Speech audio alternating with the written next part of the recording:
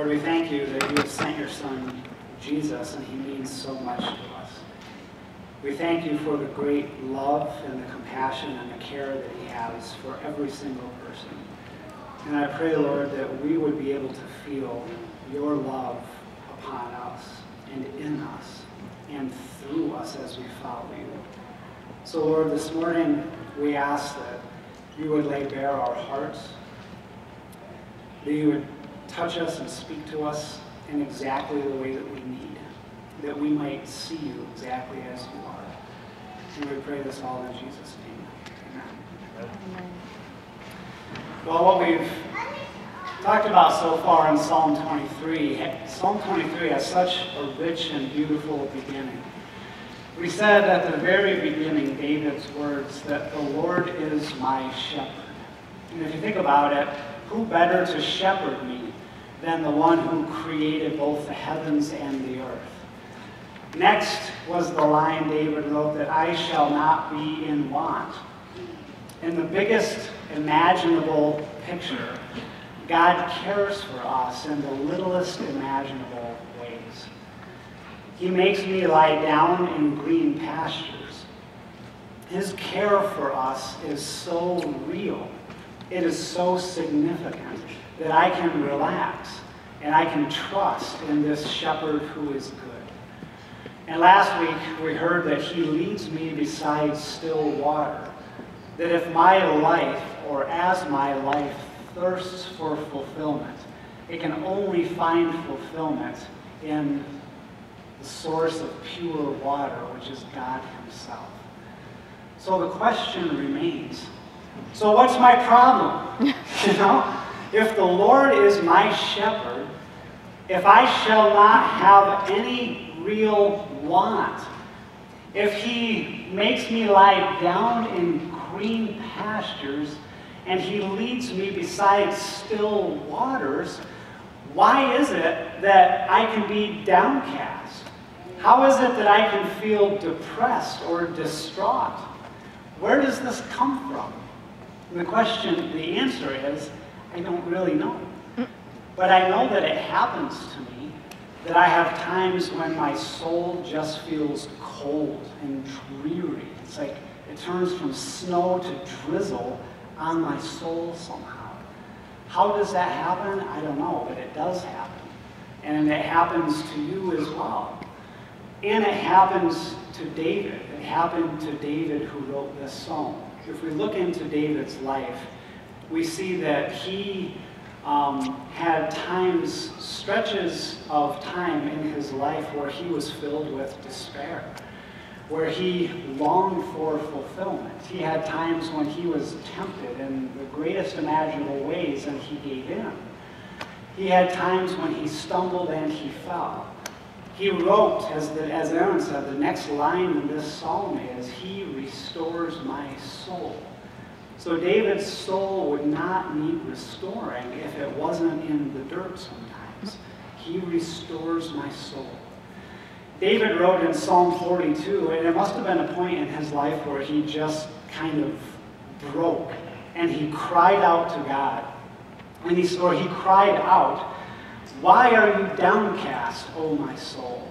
Why so disturbed within me? Put your hope in God. Have you ever had a moment like that? Where on paper, everything in your life is great. Things are good, and then your soul is still downcast. And you turn and you look in on yourself and you're like, why?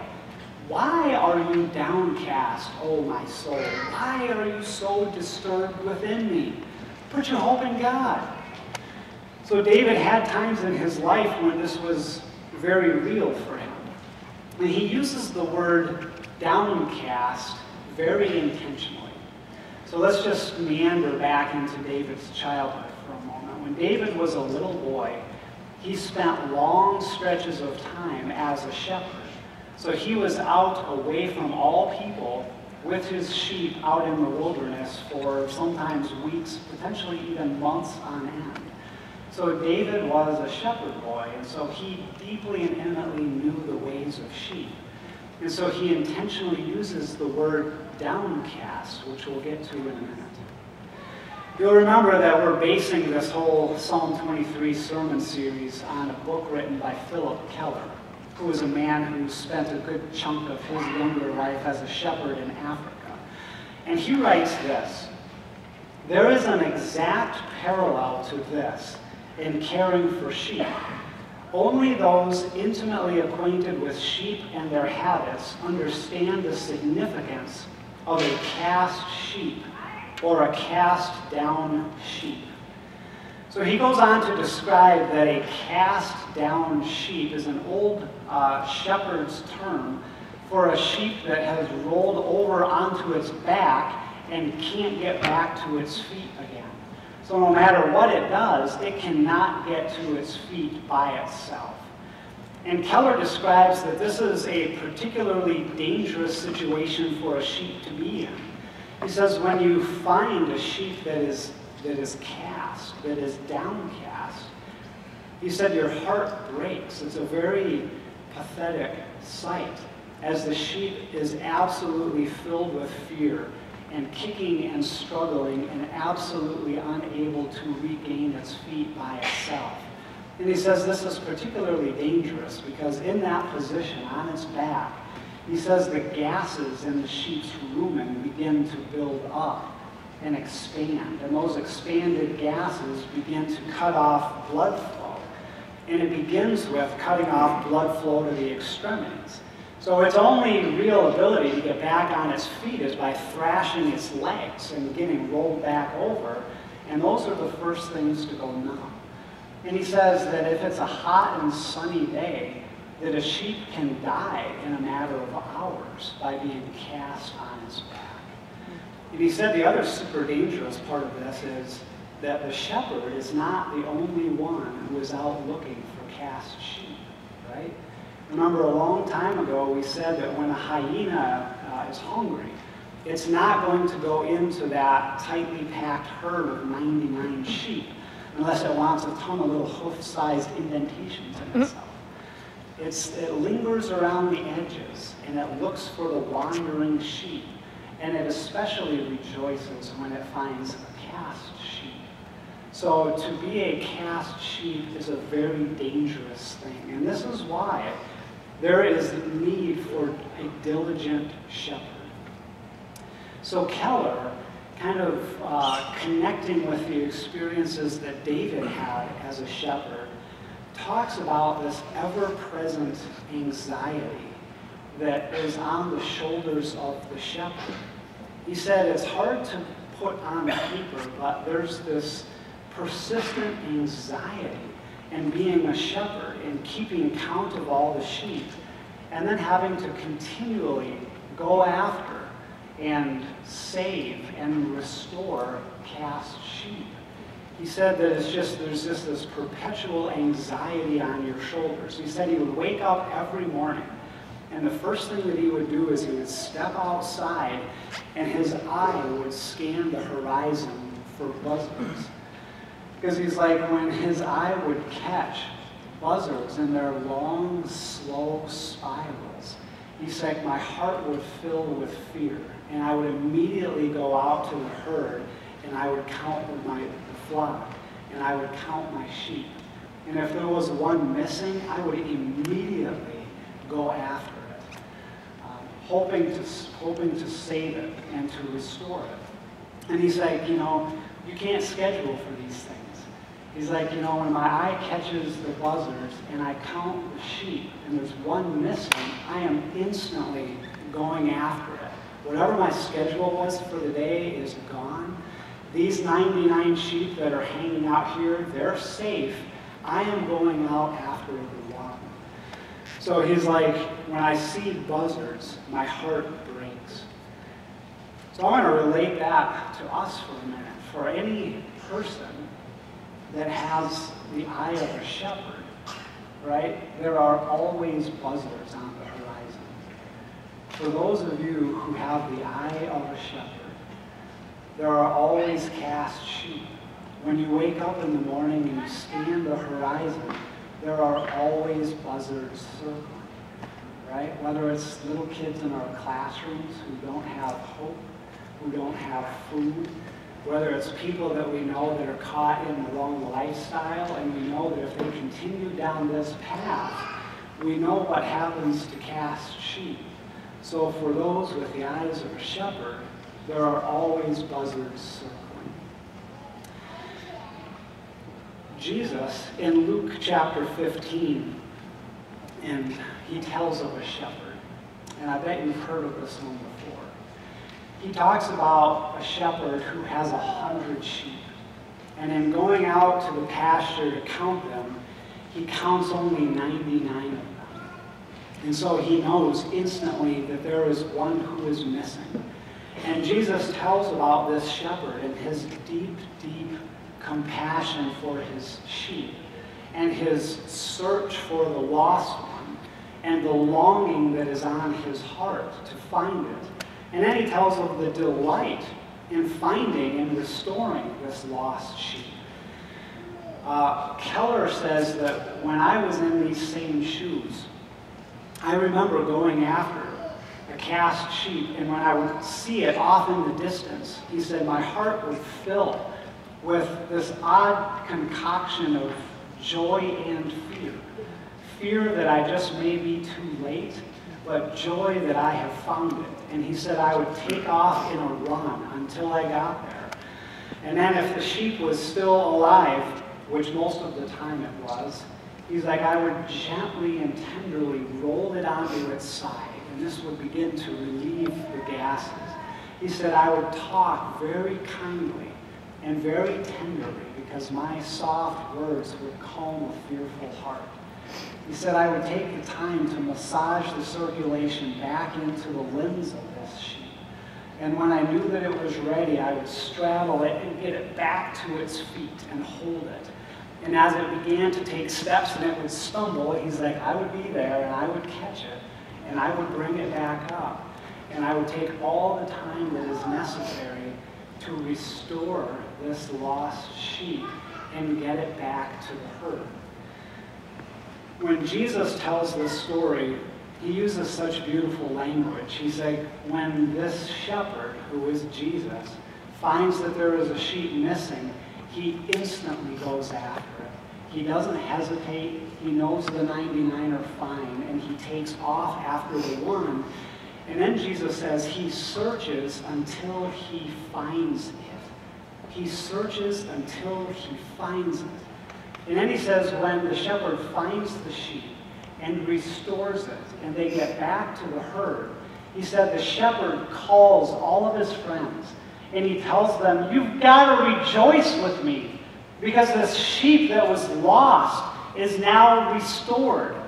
And Jesus ends this parable of the lost sheep by saying this: there is more joy in heaven over one lost sheep who has been restored than over the 99 who need no restoring, who are fine. There is more rejoicing in heaven over the one lost sheep that has been found than over the 99 that didn't need finding. You know, the heart of a shepherd. You know, and if you think about the relationship of a shepherd with his sheep, you know, and we're talking about Jesus and his relationship with you. But I want to kind of make an analogy. For those of you who have ever kept animals, you know how deep and intimate the relationship of a shepherd with the sheep are. When I was a little kid, it was my job to keep the calves. So, you know, from when I was this big, it was my job from when they were born to feed them and care for them and to raise them up. And, you know, you develop relationships. I tell the kids the story of, there was one little calf, you know, you go and you pour the milk and they come skipping out and they're all happy and you play with them. There was this one that he would always come out of his hutch with his tongue stuck out, you know, just like angling for the milk, and his tongue was already stuck out and ready. So I would reach out and I would grab his tongue and hold it, and then he would suck it back in, and it kind of became a game. Where he came out and he would stick his tongue out, and I'd go to grab it, and he'd suck it back in, and we would just kind of do this thing, you know. You develop these relationships. And I was telling the kids a couple of years, so then the calf grows up and goes in with the heifers and you kind of lose track. And then a couple of years later, I was walking up the manger of the barn, and all of a sudden there was this giant cow tongue, stuck out at me. I was like, geez, what the heck? But I kind of look and it's like, oh my goodness, it's you. So then it's not this anymore, it's this. So I go and I try to grab it and sucked it back in. She remembered from years ago that we used to play this little game. So if any of you have ever kept animals, you know what I'm talking about. You develop these personal relationships with them. And it's the same with a shepherd and his sheep. On the one hand, you have the sheep. When you think about a cast sheep, you might instantly go to, well, it's the weak and the sickly sheep that just kind of roll over and, well, that's the best I can do. He said often, as much as anything, it was the large, strong, healthy sheep who would become cast. So it's not that it was the weak and sickly sheep, it was any sheep could become cast. So on the one hand, you have this sheep that could be strong and on target in every area of life that all of a sudden finds that it's flipped on its back and it can't be restored by itself again. And on the other hand, you have this shepherd that has deep love and concern for his sheep. And he goes out and his singular goal is to search for, to find, and to restore these lost souls. There is an amazing parallel to you and me that we cannot miss. Okay, don't miss this part. We so often think when we become cast, for some reason, something happens in life, and we make a bad decision, and we end up on our backs, and we can't get up. Whether we stumble and fall, or give into a temptation, or get back into old life habits, and then we find ourselves on our back again. We have this idea that God is mad at us. That we have this sense like, I knew better, I shouldn't have gone down this path, but here I am again. God has got to be mad at me. He's got to be frustrated. I wonder if he's even at the point of like, you know what, I'm done with you. Finally, that's enough, I'm done. That never happens. So I want you to hear that part clearly. That never happens. No matter where you go, or how you fall off the path, or how, where, or when you become cast again, God is always the good shepherd who, when you are on your back and he counts his flock and you are not among them, he always comes after you and he searches for you until he finds you. And when he finds you, he speaks gentle, tender, loving words as he rolls you back and restores your circulation and helps you back to your feet. And when you can't quite walk, he holds you up. Jesus, when he tells the story, he's like the shepherd picks the sheep up onto his shoulders, because Jesus can do that. He picks the sheep up onto his shoulders and carries the sheep back to the flock. Then he calls all his friends, and he tells all of them to rejoice, because this lost sheep that was cast has been restored, and all the angels in heaven rejoice at the restoring of one lost sheep more than the 99 who didn't need restoring. You have got to hear that message, that no matter what you do, where you go, how many times it's happened, God is the good shepherd who always, always, always comes after you. That's just an image of God's heart. Jesus, when he walked the earth, if you read the stories of his life, he was always restoring cast sheep. He was always restoring cast sheep. That is what he did. And he would come no matter where they were or how they fell or when it happened. He was always on the search. So there's another part that I'm just going to let you take home with you, because I think I've hit the mark for the day. But we also contribute to our own being cast. But I'm going to let you take that home and read the sermon notes on that one. And what I want to say is, of all the images that you have of who God is, right? You know, we have an image of who God is. Go and spend the next month with this as the singular image, that God is the good shepherd who comes after his sheep. If you ever wonder what God is like, you have to first and foremost look at Jesus. If you wonder what Jesus is like, he describes himself as a good shepherd. And if you wonder how he feels about you, Jesus says it's as a good shepherd feels about his sheep, that when you become cast, he immediately sets out in search for you until he finds you. And when he finds you, he restores you and he brings you home. David said all that in just a handful of words. He said, he restores my soul.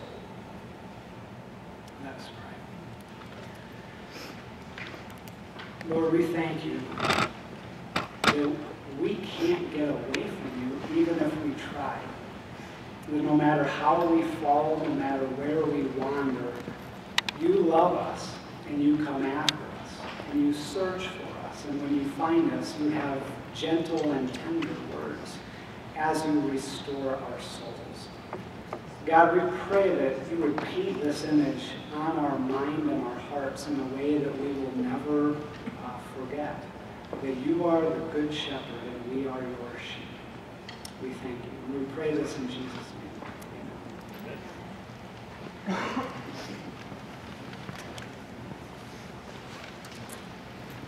So last night at Kings on Fire, we turned all the lights out in the Abbey Church and we played hide and seek.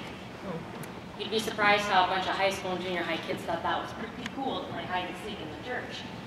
They all hid. We turned all the lights off and we had to look for them and find them. Guess what? We found every single one of them. Even the ones who thought they found nice closets to hide in and corners to be at, we found them. And I was so relieved at the end because I thought, what are we going to tell the parent who comes to pick up their kid tonight? I'm so sorry we lost your child and we couldn't find them. They're somewhere in the Abbey Church. Go look for them. I say that jokingly, but for those of you who are parents, those of you who are teachers, those of you who love kids and have the shepherd's heart Mike talked about, is there anything more frightful than the thought of losing one of your kids? Is there anything scarier than that? You know, when we were at Kingdom Bound this summer, I'm one of those youth group leaders that I can't hardly relax and enjoy the experience because we're walking around Darien Lake in this big amusement park, and in my head, I'm walking behind the kids every time counting. Do we have all 63 of them for Pete's sakes? We cannot lose a kid in this park. And then if I couldn't find one of them, I'd start to panic. Parents, do you know what I'm talking about? You go to a big place. We used to go to the Iowa State Fair with my parents. We would put our numbers of our phones in our kids' shoes because I thought one of our kids is probably going to run off in this big crowd and we're not going to be able to find them. You know what that does to my mama's heart? It makes me panic.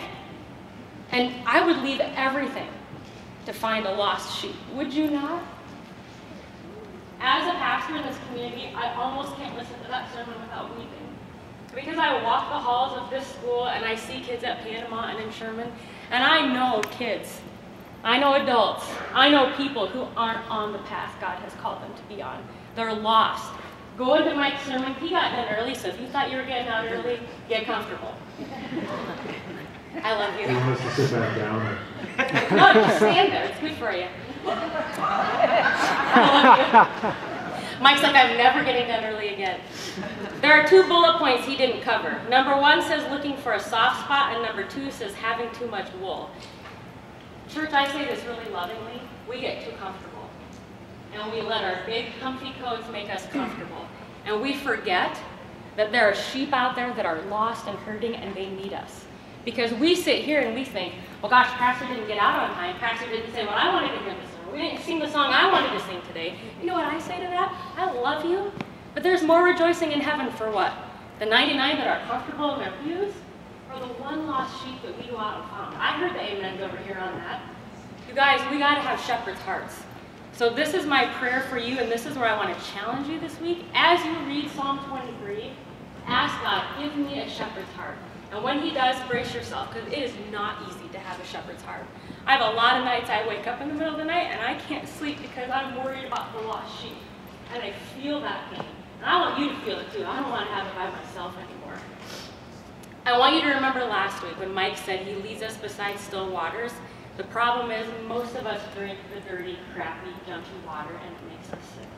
And then we're the cast down ones and we need help. So today there are 2 of you in this room. There are those of you who you're healthy, you have the shepherd's heart, you're aching for the lost sheep. Keep praying because there's rejoicing when we find those lost ones. Don't give up, keep working on it. For those of you who are cast down, who are needing the restoration, you gotta cry out for help.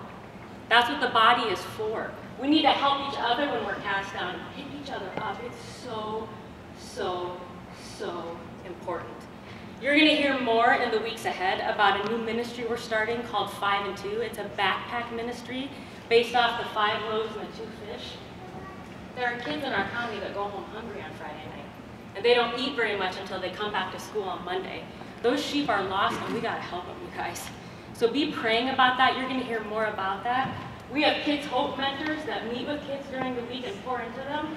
Do you know why? Because some of those kids, they're lost and they need to be found and the shepherd's heart is breaking. So would you stand with me, please? As we close today, I want to challenge you, as you keep reading through Psalm 23, ask yourself, how can I have more of a shepherd's heart? How can I look for the sheep that are lost? Because you know what? That rejoicing over the sheep that is found, it is amazing. The angels in heaven rejoice. That's why we do what we do. And if you're downcast today, if you need help getting back up, all you got to do is look up and say, Jesus, help. Find one of us and say, help me, pray for me. This last song we're going to sing is called I Will Trust in You. There are times in your life where God does not answer your prayer the way you want him to. You're not going to get the answer you're seeking. You're not going to get what you want in life. It's going to snow when you want it to be sunny out. Deal with it. But this is what the Good Shepherd says. You can trust me. You can trust me because I'm going to leave everything else to go seek for you and find you when you're lost. I want that kind of a shepherd. Next Sunday, you're not going to want to miss being here. We have a really special testimony next week about this song and about James 1:2 and the power of counting it joy when we struggle and when we go through hard things in life. It's going to be a really good Sunday, so please don't miss it. And this week, be thankful. It's Thanksgiving. Find something to be thankful for and then thank God for it. Let's close in one more prayer. Jesus, we thank you for your heart. We thank you that you are willing to leave all the 99 to come find one of us that's downcast and lost and hurting. God, I pray for anyone in this room today who is cast down, who just can't get back up again. God, I pray that you would reach in with loving arms and hold that cast down sheep. God, remind him or her right now that you love them so very much. God, give us hearts to look for those who are downcast. Give us that shepherd's heart to help those who are struggling. God, thank you for the rejoicing in heaven when one of your sheep is found. We rejoice with you. God, help all of us when we struggle, when we doubt. Help us to put our trust in you and in you alone. We pray in Jesus' mighty name. Amen. Amen. So as we start this song, say it with me. I'll say it and you repeat. The Lord is my shepherd. The Lord is my shepherd. I shall not want. I shall not want. He makes me lie down. He makes me lie down In green pastures. in green pastures. He leads me beside still waters. He leads me beside still He waters. restores my soul. He restores my soul. Amen. Amen.